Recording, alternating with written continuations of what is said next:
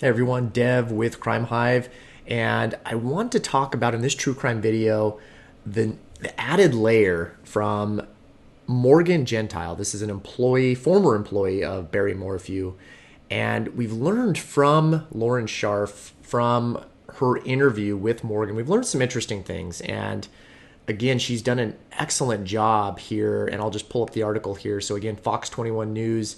She's been covering many aspects of this case just to help us all get more information and learn more. And really, we're ultimately seeking the information that could lead to Suzanne and find out who's ultimately responsible.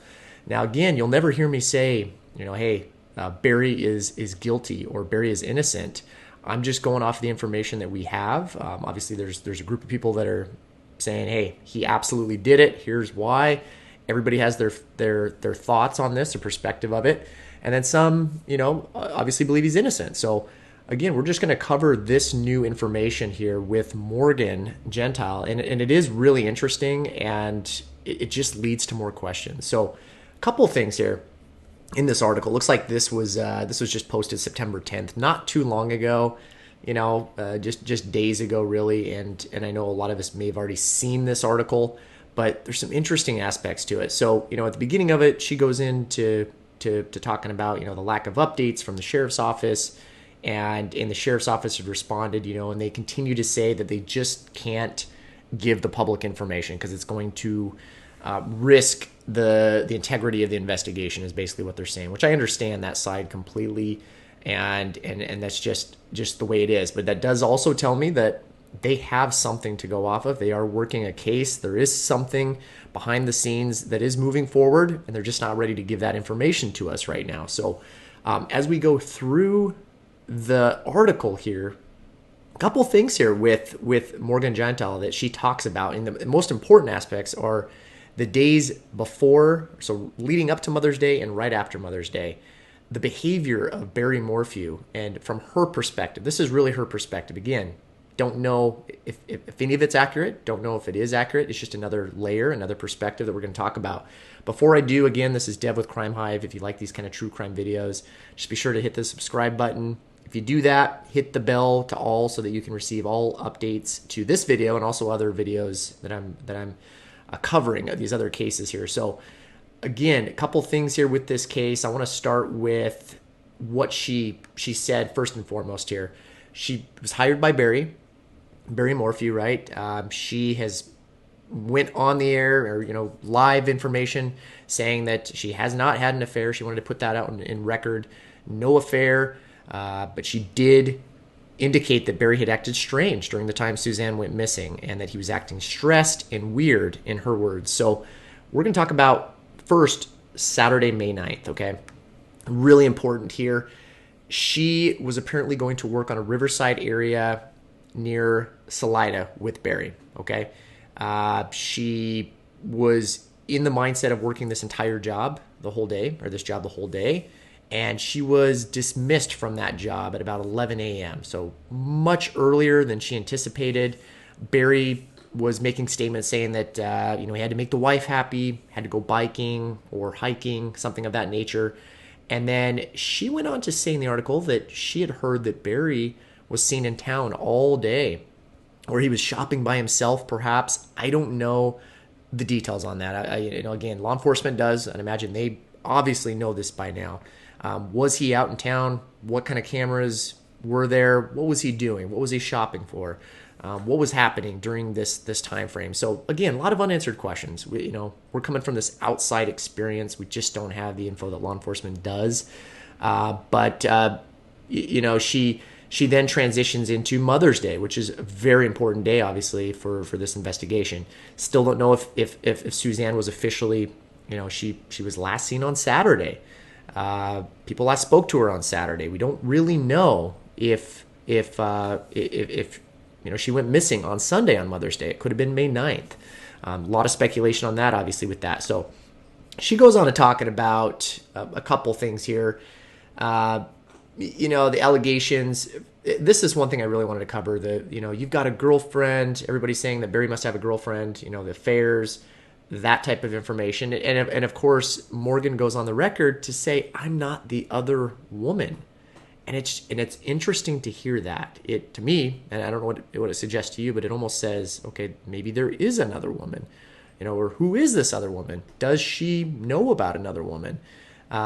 It's a little strange. I'm not the other woman. What do you think about that when you hear that? What does that make you think? And comment below. I'd love to hear the dialogue on this, whether you're for Barry's innocence or against it. I think it's just important to ask these questions and wonder, and what information do you have? What updates do you have? I know there's going to be more updates as I come out with this. And of course, Lauren Scharf is continuing to investigate. There will be new updates with her as well. So moving on to May 10th, Mother's Day here. So, okay, so we've got her, Morgan talking about Barry, the girlfriend aspect. She did corroborate the hotel claims, which we'll talk about in a little bit here.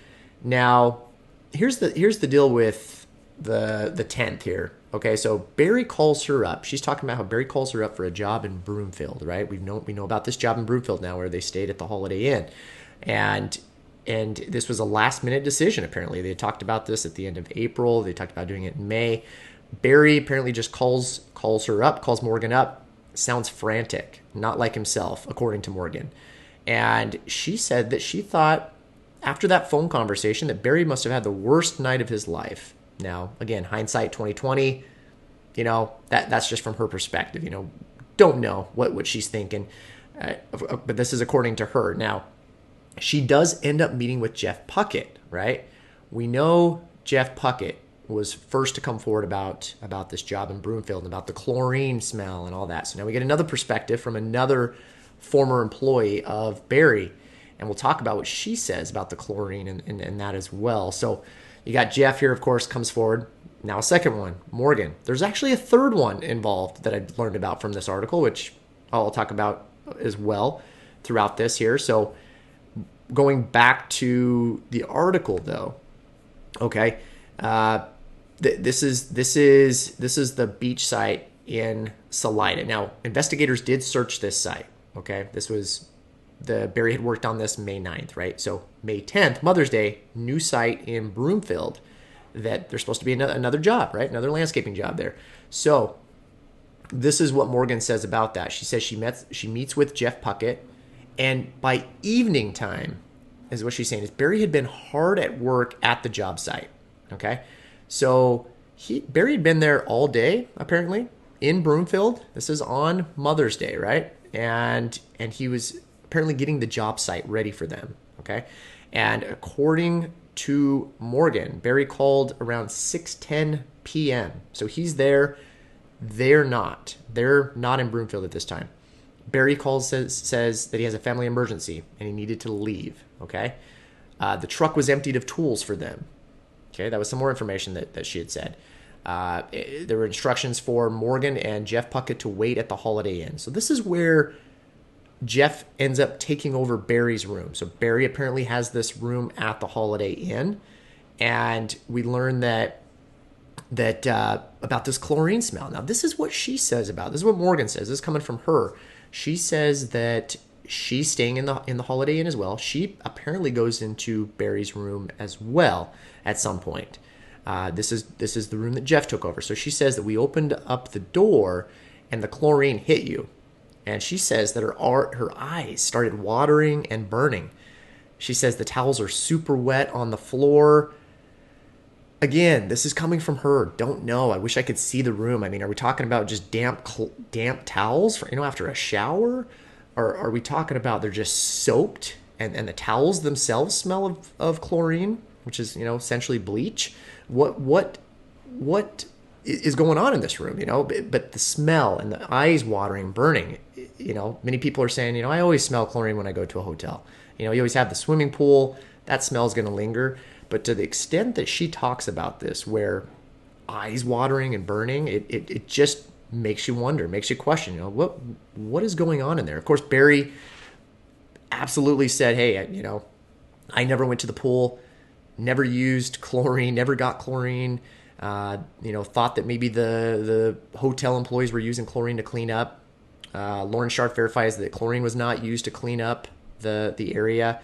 So what is it? Is it nothing? Is it just a minor detail, or is it something? And again, these details that keep coming out, it just tends to veer in the direction of Barry.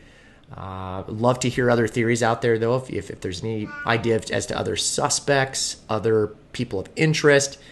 And, some people think if Barry were involved in this, he may have had help. And I'll talk about that aspect here that was really interesting here in a couple days from Mother's Day. So that's what she reports on Mother's Day, right? That's May 10th.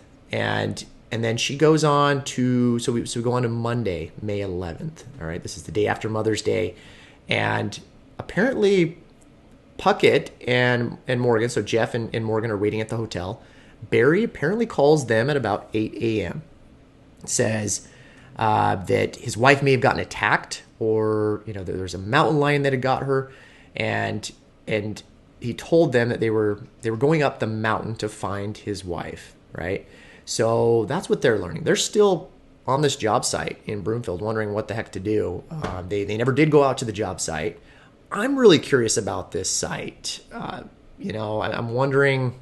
I'd imagine law enforcement has already figured out this location, has already gone through this information, obviously. But just curious about this site in Broomfield, what it's all about, what type of work Barry was doing before the other workers had arrived, right? Which I don't believe Morgan or Puckett ever did go to this site. They just never made it to the site. They were waiting for, information from Barry, and they ended up staying at this hotel until Tuesday, right? And then leaving. So that brings us to May 12th. So May 11th, they learn this information from Barry.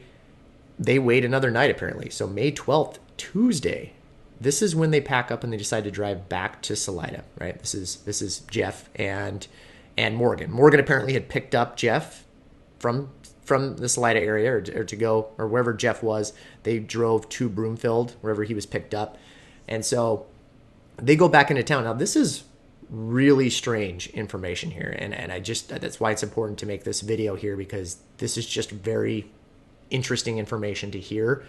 And she says she goes back into town May 12th, and she's approached by two men, right?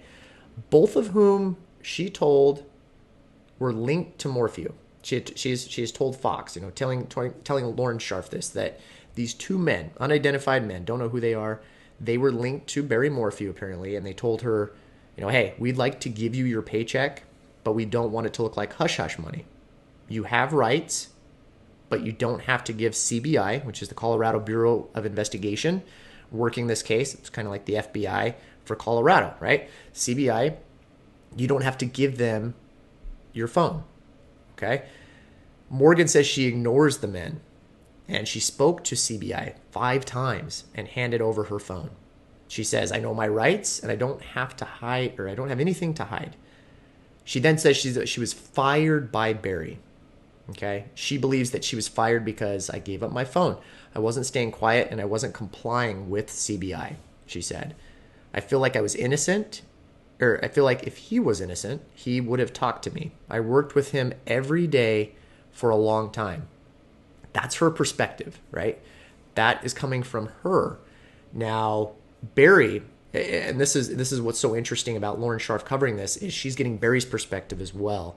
Well, Barry comes out immediately to this report and goes on to say that Morgan is a meth head, says that Morgan was fired, because she just couldn't be trusted, essentially, and don't know, right? Don't know these details. I mean, this is something that if CBI is interviewing her 5 times, you bet they have far more information than us from this outside perspective, right?